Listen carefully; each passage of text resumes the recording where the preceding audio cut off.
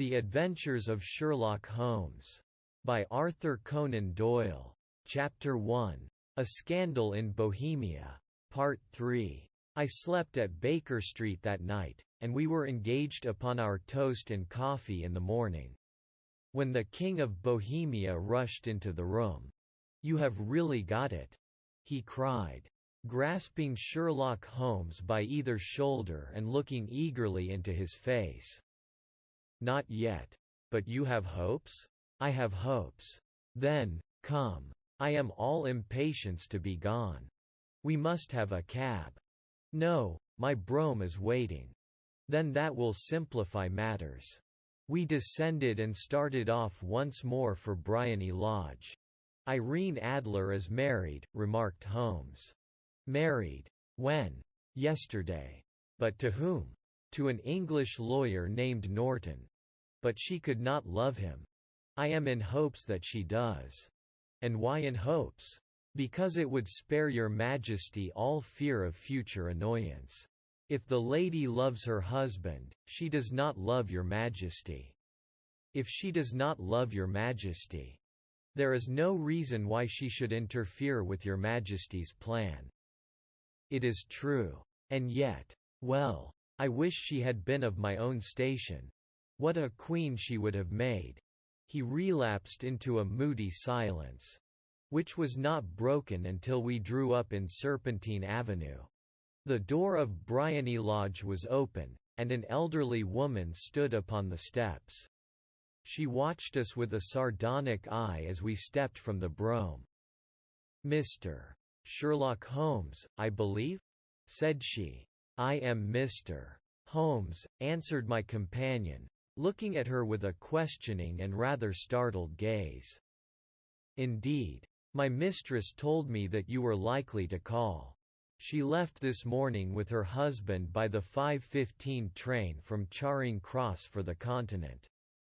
"What?" Sherlock Holmes staggered back, white with chagrin and surprise. "Do you mean that she has left England? Never to return? And the papers?" asked the king hoarsely. "All is lost. We shall see." He pushed past the servant and rushed into the drawing-room, followed by the king and myself. The furniture was scattered about in every direction, with dismantled shelves and open drawers, as if the lady had hurriedly ransacked them before her flight. Holmes rushed at the bell-pull, tore back a small, sliding shutter and, plunging in his hand, pulled out a photograph and a letter.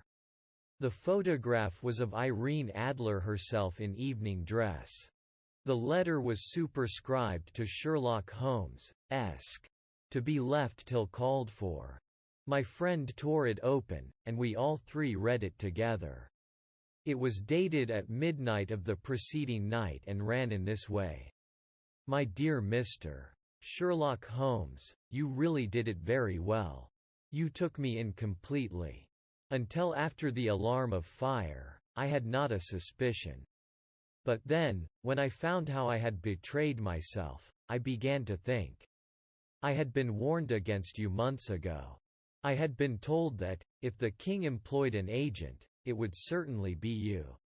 And your address had been given me. Yet, with all this, you made me reveal what you wanted to know. Even after I became suspicious, I found it hard to think evil of such a dear, kind old clergyman. But, you know, I have been trained as an actress myself. Male costume is nothing new to me. I often take advantage of the freedom which it gives. I sent John, the coachman, to watch you, ran upstairs, got into my walking clothes, as I call them, and came down just as you departed. Well, I followed you to your door, and so made sure that I was really an object of interest to the celebrated Mr. Sherlock Holmes. Then I, rather imprudently, wished you good night, and started for the Temple to see my husband. We both thought the best resource was flight, when pursued by so formidable an antagonist, so you will find the nest empty when you call tomorrow. As to the photograph, Your client may rest in peace. I love and am loved by a better man than he. The king may do what he will without hindrance from one whom he has cruelly wronged.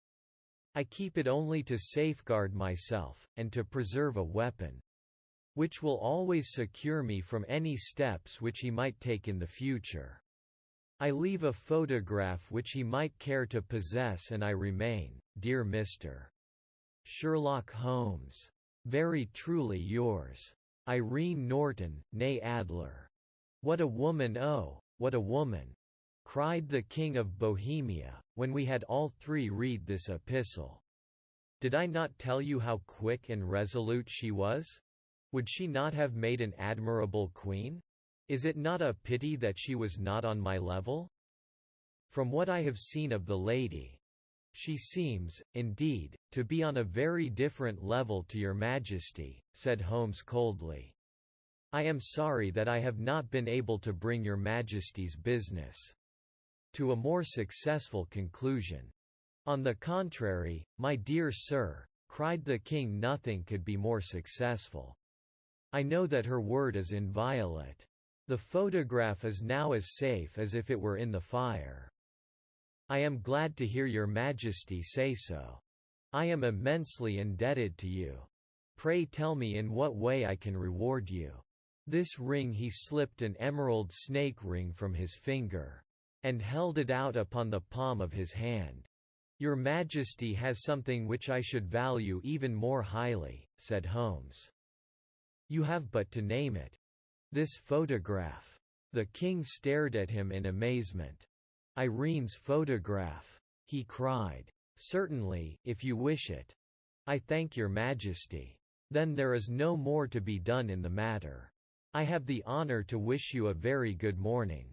He bowed, and, turning away without observing the hand which the king had stretched out to him, he set off in my company for his chambers.